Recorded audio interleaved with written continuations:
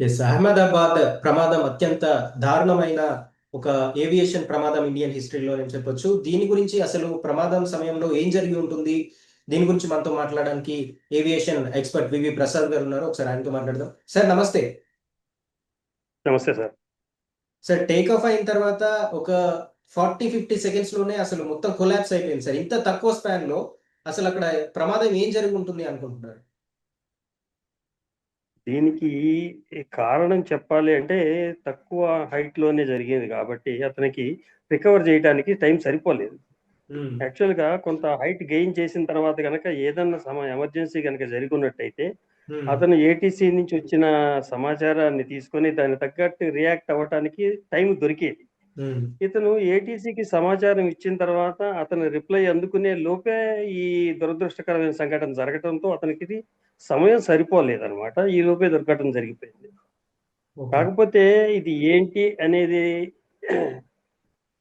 Maximum thrust దొరకలేదండి అతనికి. ఉమ్, aircraft lift అనేది height gain చేసిన తర్వాత టేక్ ఆఫ్ అయిన తర్వాత సర్టైన్ 500 మీటర్స్ తర్వాత ఆ తర్వాత ఇంకా ఎక్స్ట్రా లిఫ్ట్ అనేది దొరకలేదు. ఓకే. అది ఇన్స్టెడ్ ఆఫ్ క్లైంబింగ్ అవ్వడానికి బదులుగా అది డ్రాప్ అయిపోతా వచ్చింది. అక్కడ యాక్చువల్ గా మనం టేక్ ఆఫ్ విజువల్స్ కనుక రిలీజ్ చేశారు ఉమ్, ఏటీసీ వాళ్ళు. టేక్ ఆఫ్ విజువల్స్ రిలీజ్ చేసిన వాటిని బట్టి గనక చూస్తే ఉమ్, గెయిన్ చేయడానికి బదులుగా డ్రాప్ అయిపోతా ఉంది. ఆ డ్రాప్ అయిపోవటానికి కారణం సామాన్యంగా ఉండే కారణం థ్రస్ట్ లేకపోవటమే. Okay. Engine thrust, two engines ఉంటాయి. ఆ ఉమ్, టూ ఇంజిన్స్ లో ఇంజిన్ ఒకప్పుడు పికప్ థ్రస్ట్ అనేది ఉంటుంది కదా టేక్ ఆఫ్ లో. ఉమ్, టేక్ ఆఫ్ లో కొంత స్పీడ్ గెయిన్ చేసిన తర్వాత ఏదైతే లిఫ్ట్ ఇస్తారో ఆ ఉమ్, లిఫ్ట్ కి ఇంజిన్ కోఆపరేట్ చేయకపోవటం అంటే ఇంజిన్ దాని యొక్క సామర్థ్యం సరిపోలేదో, దానిలో ఏమన్నా సమస్య వచ్చిందో దాన్ని బట్టి ఇంజిన్ ఫెయిల్ అయింది అనుకుందాం. సరే, ఒక ఇంజిన్ ఫెయిల్ అయింది అనుకుందాం. ఉమ్, ఎయిర్ క్రాఫ్ట్ కి రెండు ఇంజిన్స్ ఉంటాయి, అవును. Both sides. ఉమ్, ఒక ఇంజిన్ కనుక ఫెయిల్ అయితే ఇంకో ఇంజిన్ వర్క్ చేసినప్పుడు అప్పుడు ఏమవుతుందంటే అప్పుడు టిల్ట్ అవుతుంది ఎయిర్ క్రాఫ్ట్. ఉమ్, ఒకసారి ఒకటి ఇంజిన్ ఫెయిల్ అయ్యి ఒక ఇంజిన్ వర్క్ చేసినప్పుడు ఇది ఫెయిల్ అయినప్పుడు బ్యాలెన్స్ మిస్బ్యాలెన్స్ అయ్యి టిల్ట్ అవుతుంది. ఉమ్, బట్ దాంట్లో విజువల్స్ లో టిల్టింగ్ కూడా ఎక్కడ కనపడలా. అవును, చాలా స్టేబుల్గా ఉంది. స్టేబుల్ గా డౌన్ అవుతుంది. ఉమ్, కాబట్టి దాన్ని బట్టి ఏంటంటే బోత్ ఇంజిన్స్ ఫెయిల్డ్. రెండు ఇంజిన్స్ ఒకసారి ఎలా ఫెయిల్ అయినాయి? యా. నెంబర్ వన్, అదొక డౌట్. నెంబర్ టూ ఏంటంటే అదర్ దాన్ ఇంజిన్ ఉమ్, థ్రస్ట్ ఇచ్చినా కూడా కంట్రోల్స్ ఉంటాయి. ఉమ్, కంట్రోల్స్, ఈ వింగ్స్ ఉంటాయి కదండి, వింగ్స్ చివర ఫ్లాప్స్ ఉంటాయి. ఓకే. ఆ ఫ్లాప్స్ మూవ్మెంట్ థ్రస్ట్ మనం ఎప్పుడైతే క్లైంబింగ్ మన పైలట్ జాయ్ రైడ్ ఎప్పుడైతే జాయ్ స్టిక్ పుల్అప్ చేస్తాడో, ఉమ్, జాయ్ స్టిక్ పుల్అప్ చేసినప్పుడు క్లైంబింగ్ చేయడానికి వెనకాల ఫ్లాప్స్ కూడా మూవ్ అవుతాయి. ఉమ్, ఆ ఫ్లాప్స్ మూవ్ అయితే ఈ థ్రస్ట్ వలన ఎయిర్ క్రాఫ్ట్ క్లైంబ్ అవుతుంది, క్లైంబింగ్ కానీ డైవింగ్ కానీ. ఉమ్, ఒకవేళ ఆ కంట్రోల్స్ ఏమన్నా బ్లాక్ అయినాయా, లేకపోతే అవి పని చేయలేదా? ఉమ్, కంట్రోల్ పని చేయకపోవడానికి కూడా కారణం ఫారిన్ ఆబ్జెక్ట్ అయి ఉండొచ్చు.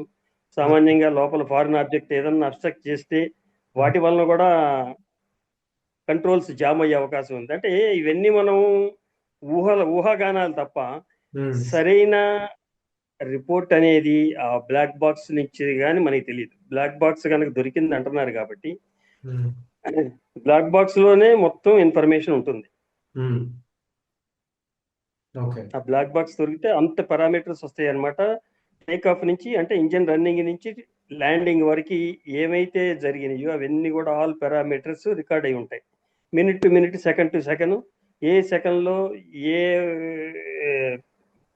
ఇన్స్ట్రుమెంట్ ఎలా వర్క్ చేసింది, ఉమ్, ఎంత ఆర్పిఎం తో ఉంది, ఎంత స్పీడ్ తో ఉంది, ఎంత గ్రావిటీతో ఉంది, ఎవ్రీథింగ్ ఉమ్, ఉండాల్సిన పరిమాణంలో వర్క్ చేసిందా లేదా అన్ని కూడా అనలైజ్ చేసి అప్పుడు రీజన్ అనేది ఒక అవగాహనకి రావడానికి ఆస్కారం ఉంది.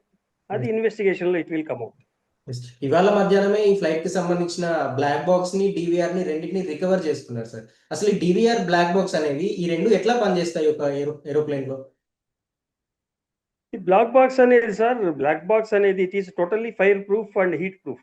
ఉమ్, నువ్వు ఎంత ఇది ఇటువంటి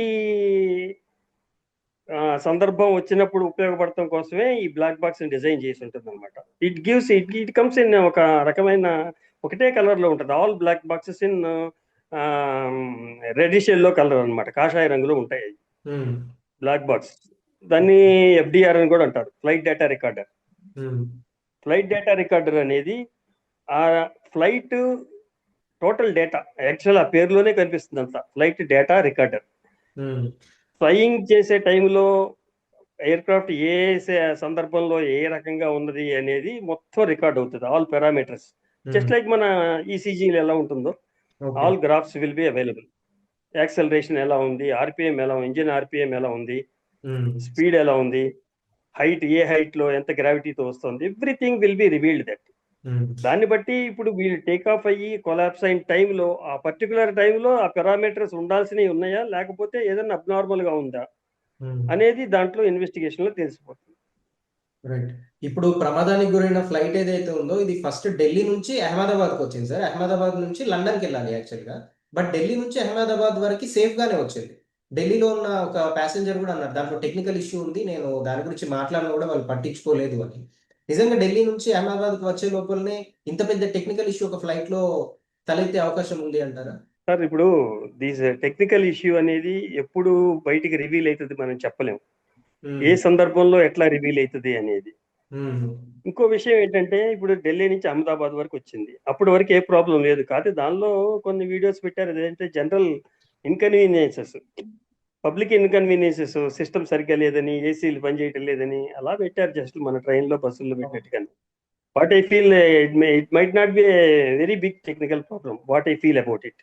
ఉమ్, అది ఇంటర్లింక్డ్ విత్ ఏసీ సిస్టమ్, అది కూడా ఇంటర్లింక్డ్ విత్ ఉంటే అది తర్వాత రివీల్ అవుతుంది. కానీ అది జస్ట్ మీరు కూడా చూసే ఉంటారు, అవి వాళ్ళు yes. పెట్టిందంటే జనరల్ ఇన్కన్వీనియన్స్, యా, మైక్ సరిగా డిస్ప్లే పబ్లిక్ సరిగ్గా ఇన్కన్వీనియన్స్. పనిచేయలేదు, అక్కడ ఉన్న మైక్రోఫోన్ సరిగ్గా పనిచేయలేదు అని చెప్పేసి ఒక వీడియో పోస్ట్ చేశారు ఆ అబ్బాయి. ఇప్పుడు ఒకటండి, ఒకసారి aircraft New Delhi to London um, మధ్యలో it is touch down at Ahmedabad. Um, Ahmedabad లో టచ్ డౌన్ అయినప్పుడు ఫ్యూయల్ రిఫ్యూల్ చేసుకుంది టోటల్. ఉమ్, రిఫ్యూల్ చేసుకుని మళ్ళీ స్టార్ట్ చేసినప్పుడు కూడా జనరల్ ఫార్మాలిటీస్ ఉంటాయి, ఆల్ పారామీటర్ చెక్ చేసుకుంటారు, ఫార్మల్ చెక్, ఎందుకంటే ఆల్రెడీ వన్ అవర్ ఫ్లై అయింది కాబట్టి.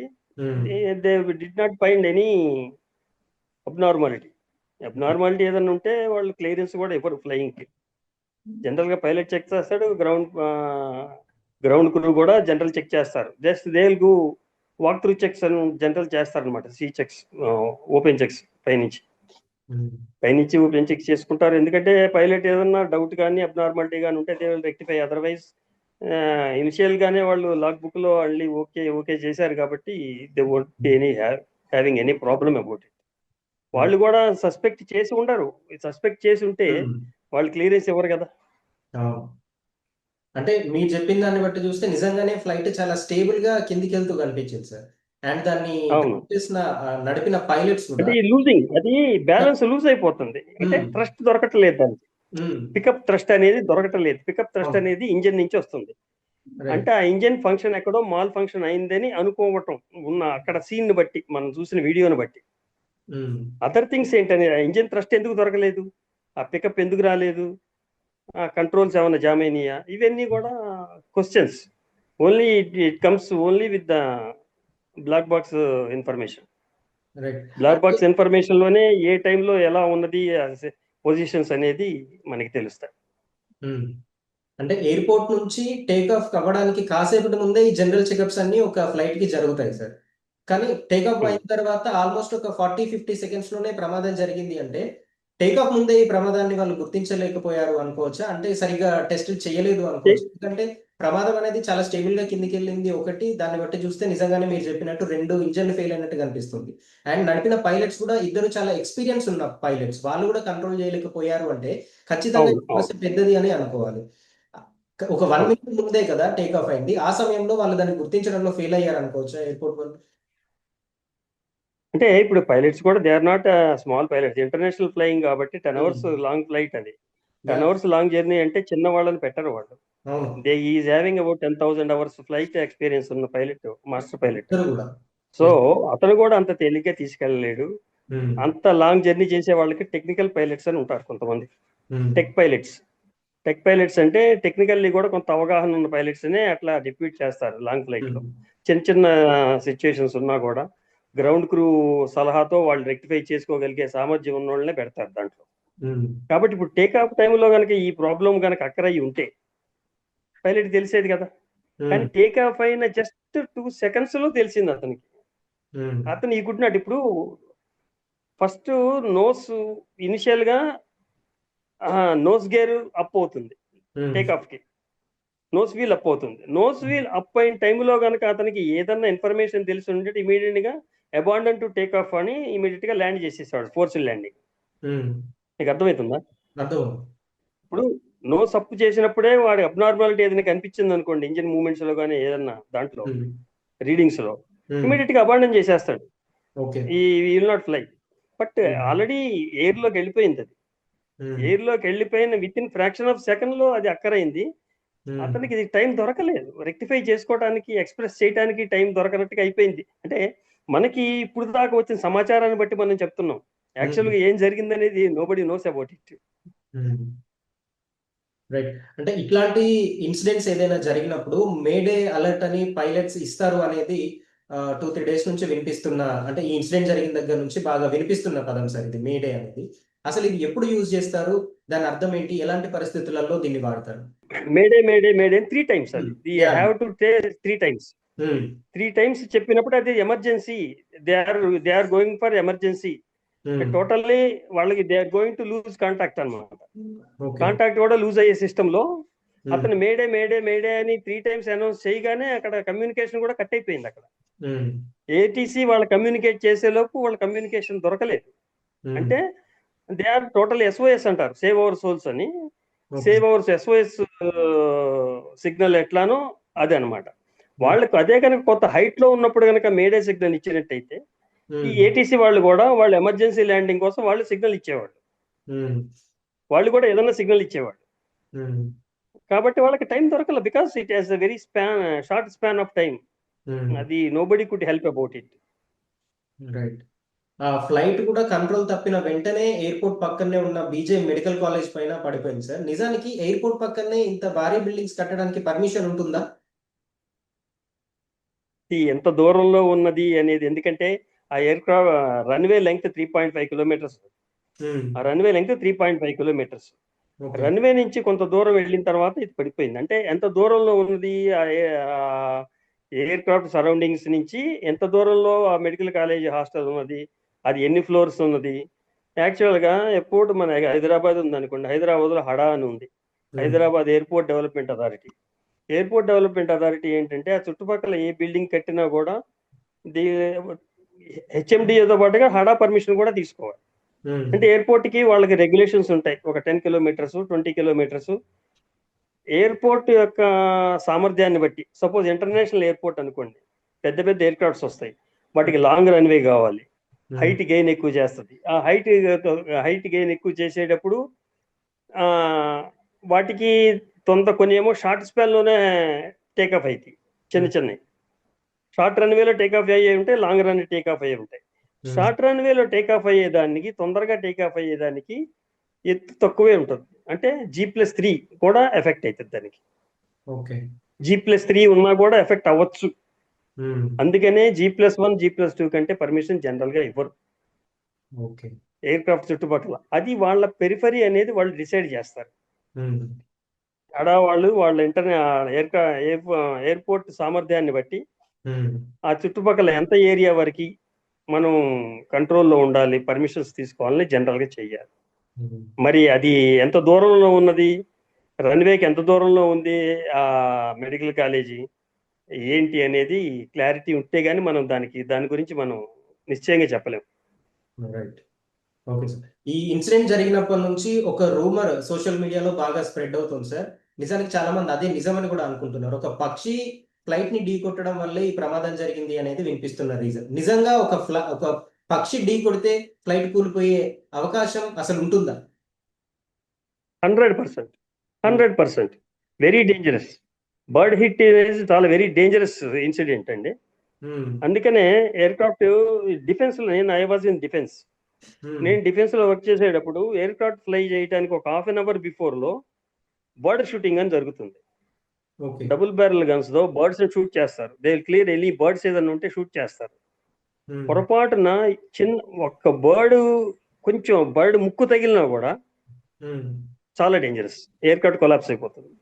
ఎందుకంటే హై స్పీడ్ తో వచ్చినప్పుడు ఒక్క ఉమ్, చిన్న ఇసుక రేణువు తగిలినా కూడా ఒక బుల్లెట్ లాగా పనిచేస్తుందండి.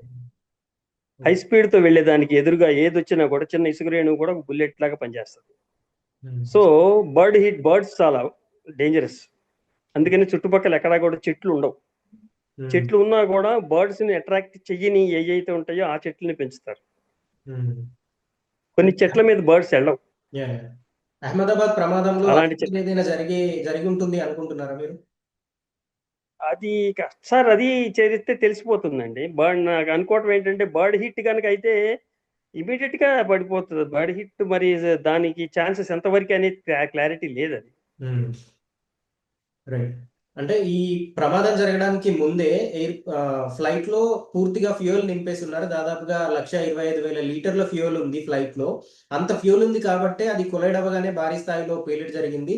అంత ఫ్యూయల్ లేకపోతే ఇంత ప్రమాదం జరిగేది కాదు అనేది ఒక వాదన సార్. నిజంగా ఫ్యూయల్ వల్లనే ఈ ప్రమాద తీవ్రత పెరిగింది అనుకోవచ్చా? సార్ ఇప్పుడు ఫ్యూయల్ వల్ల అంటే అది 10 hours జర్నీ చేయాలి వాళ్ళు.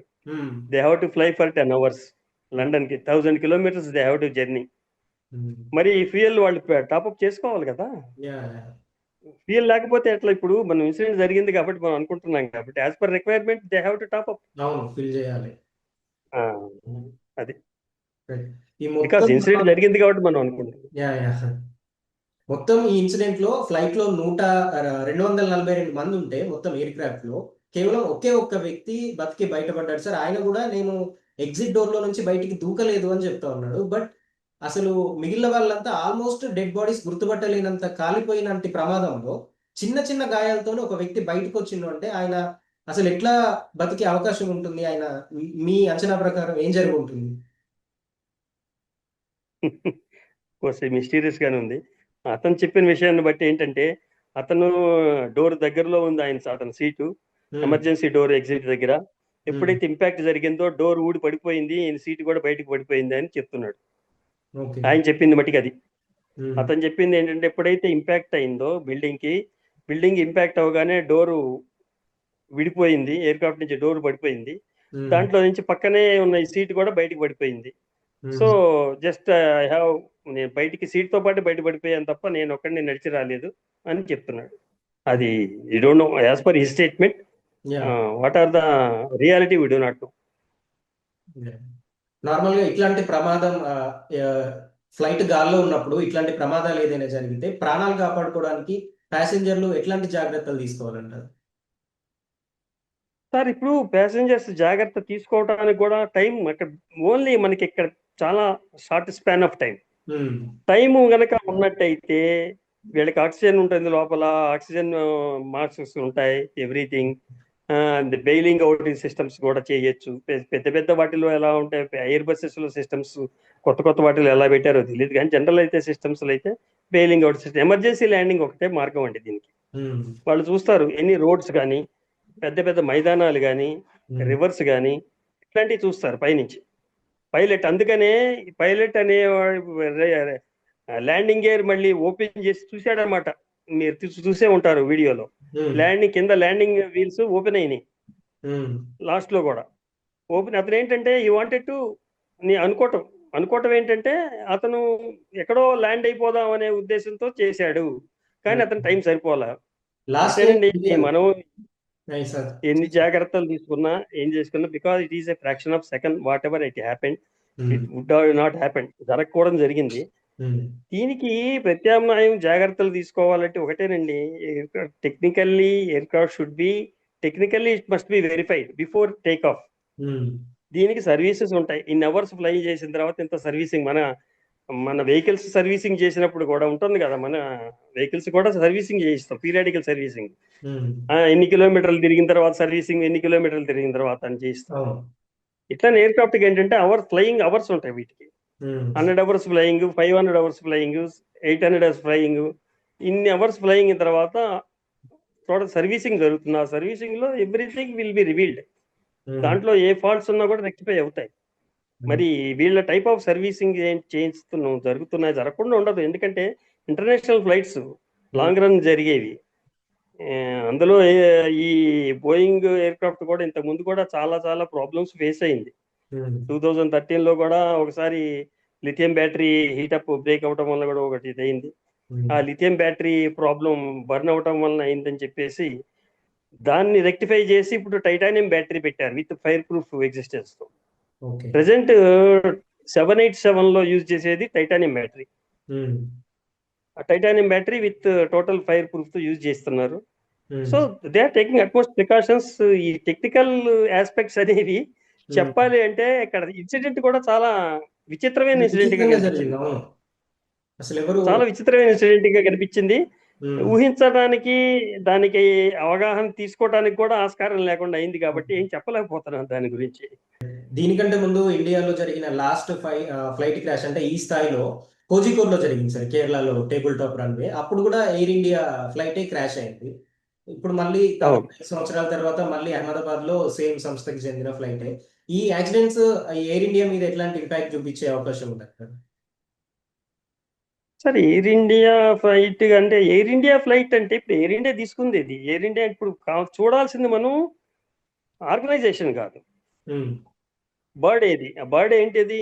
బోయింగ్ అనేది బర్డ్ అంటే I mean aircraft, um. Aeroplane Boeing కంపెనీది. ఉమ్. అప్పుడు ఇప్పుడు జరిగింది బోయింగ్ కంపెనీ. ఏ కంపెనీ ప్లేన్ క్రాష్ అయింది? ఉమ్. రిపీటెడ్ గా అదే కంపెనీ నుంచి ఎందుకు ఇన్సిడెంట్స్ జరుగుతున్నాయి ఉమ్. అని మనోళ్ళు తరువుగా చేయించాల్సిన అవసరం కంపల్సరీగా ఉంది. బోయింగ్ కంపెనీ నుంచి ఇన్సిడెంట్స్ ఎందుకు జరుగుతున్నాయి, ఏ కారణంగా జరుగుతున్నాయి, ఆ కంపెనీ టెక్నికాలిటీ ఎంతవరకు సస్టైనబిలిటీ, ఉమ్. ఆ టెక్నికల్ ఇష్యూస్ అన్నీ కూడా కరెక్ట్ గా వీళ్ళు ఎంక్వైరీ చేశారా? ఉమ్. మన దేశానికి, మన ఫ్లయింగ్ అవర్స్ కి, మన ఆ, దీనికి అన్నిటికీ సెట్ అయ్యేటట్టుగా చూసారా? అవన్నీ కూడా చాలా వస్తాయి క్వశ్చన్స్. ఆ ఓకే. కంపెనీ మ్యానుఫ్యాక్చరింగ్ సిస్టమ్ ఏదైతే ఉందో ఆ మ్యానుఫ్యాక్చరింగ్ సిస్టమ్ తోనే వీళ్ళు చేసుకోవాలి. ఈ ప్రాబ్లం ఏది ఉందో company persons they should come and investigate. యాక్చువల్గా అయితే బోయింగ్ కంపెనీ పర్సన్స్, ఇంజనీర్స్ ఎవరైతే ఉన్నారో ఉమ్. వాళ్ళు వచ్చి కనుక ఇన్వెస్టిగేట్ చేసి క్లారిటీ అనేది ఇవ్వాలి మనకి. Um. Why it is happen. Technically కనుక ప్రాబ్లం కనుక ఉన్నది అంటే వాళ్ళ దగ్గర నుంచే రావాలి అది. ఓకే. ఒకవేళ ఇప్పుడు బోయింగ్ సైడ్ హ్యూమన్ నుంచి ఎర్రర్ అనేది టెక్నికల్ ఇష్యూ ఉంది ఒకటండి. అంటే హ్యూమన్ ఎర్రర్ అనేది పాసిబుల్ నాకు తెలిసినంత వరకు. ఉమ్.